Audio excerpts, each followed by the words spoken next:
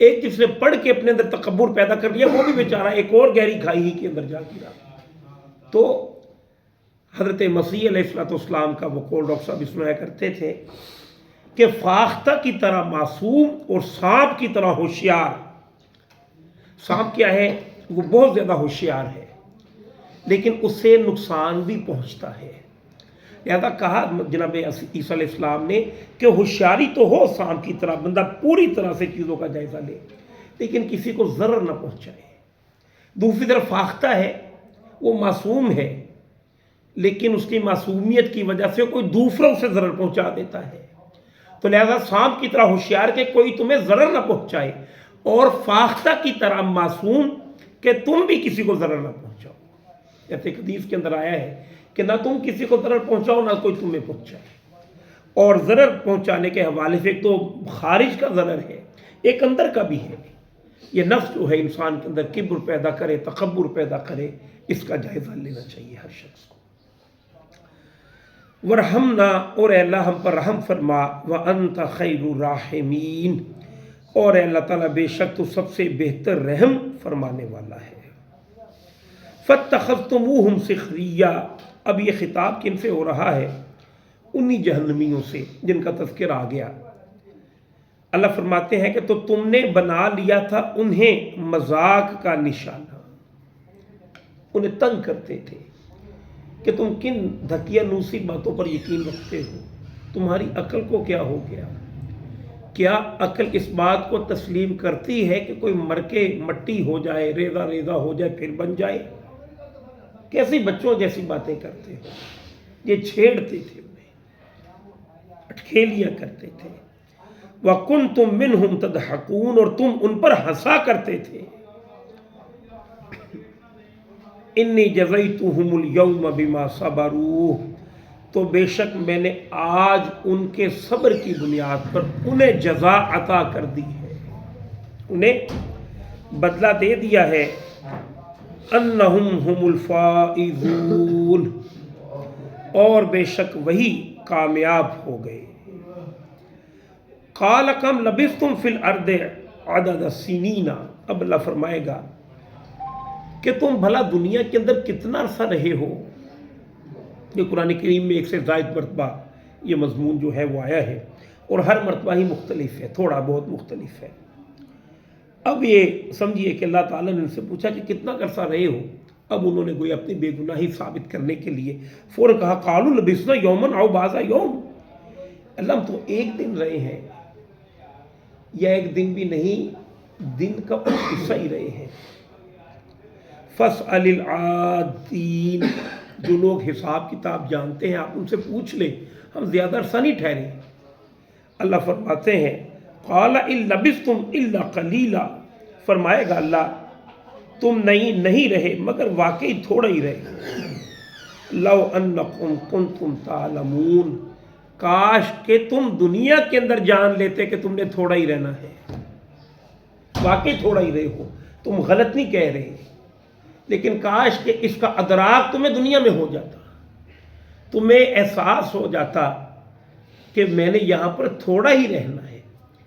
اگر آپ کراچی کا سفر کر رہے ہو، رات میں مختلف سٹاپس آتے ہیں ٹرین پہ، آپ باہر نکلتے ہیں اور وہیں اسٹیشن ہی پہ کوئی پکا ٹھکانہ بنانے کی کوشش کریں تو دیکھنے والے آپ کو پسند نہیں کریں گے، یار کیا بیوقوفوں والا کام کر رہے ہیں۔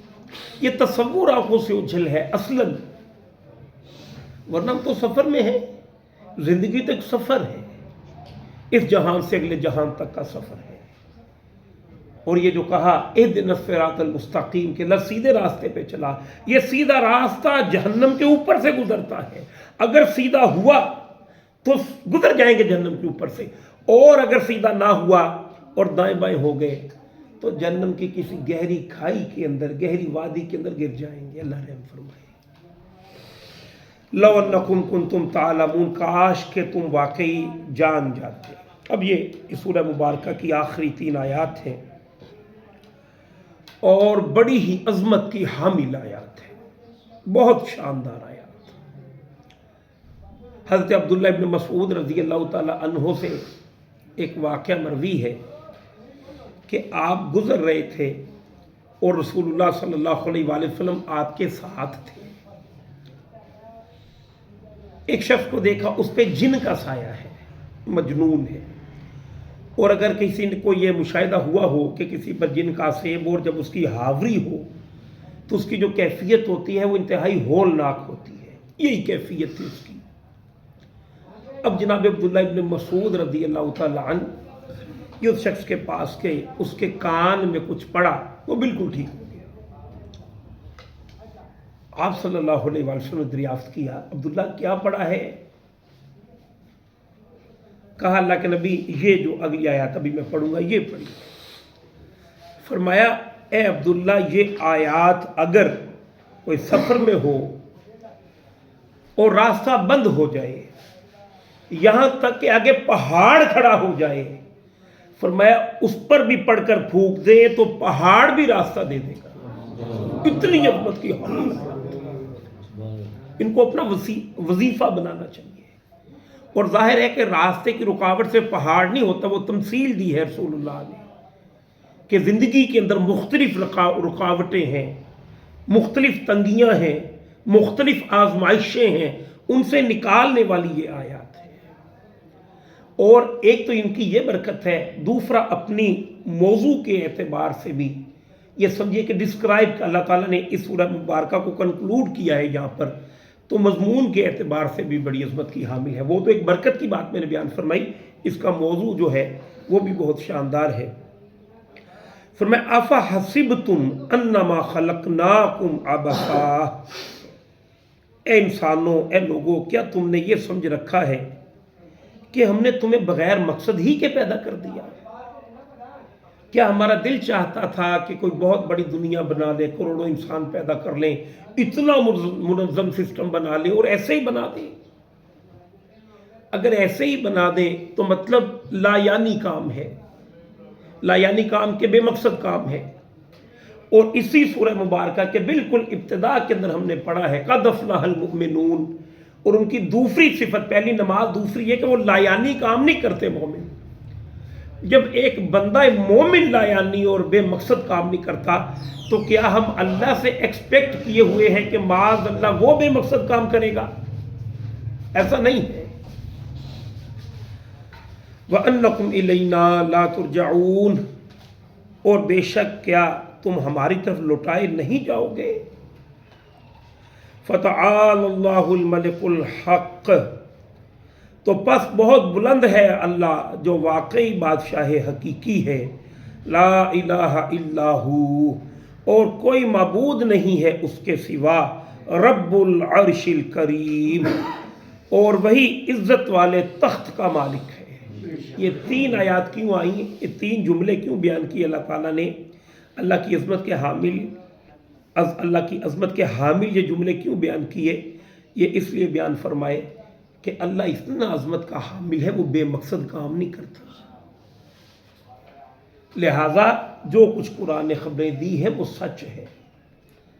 آگے فرمائے وَمَن يَدْعُو مَعَ اللَّهِ إِلَٰهًا آخر، اور جو کوئی بھی اللہ تعالیٰ کو چھوڑ کر کسی اور کو پکارتا ہے، کسی اور سے امیدیں وابستہ کیے ہوئے ہے، کسی اور کے بارے میں اس کی رائے ہے کہ کسی گہری پگڈنڈی میں گر گیا ہوں وہ مجھے نکال لے گا، تو اللہ تعالیٰ فرماتے ہیں لا برہان لہ بی، اس کا یہ عقیدہ ضرور ہے لیکن اس عقیدے کے اوپر اس کے پاس کوئی دلیل موجود نہیں ہے، یہ بے دلیل عقیدہ ہے۔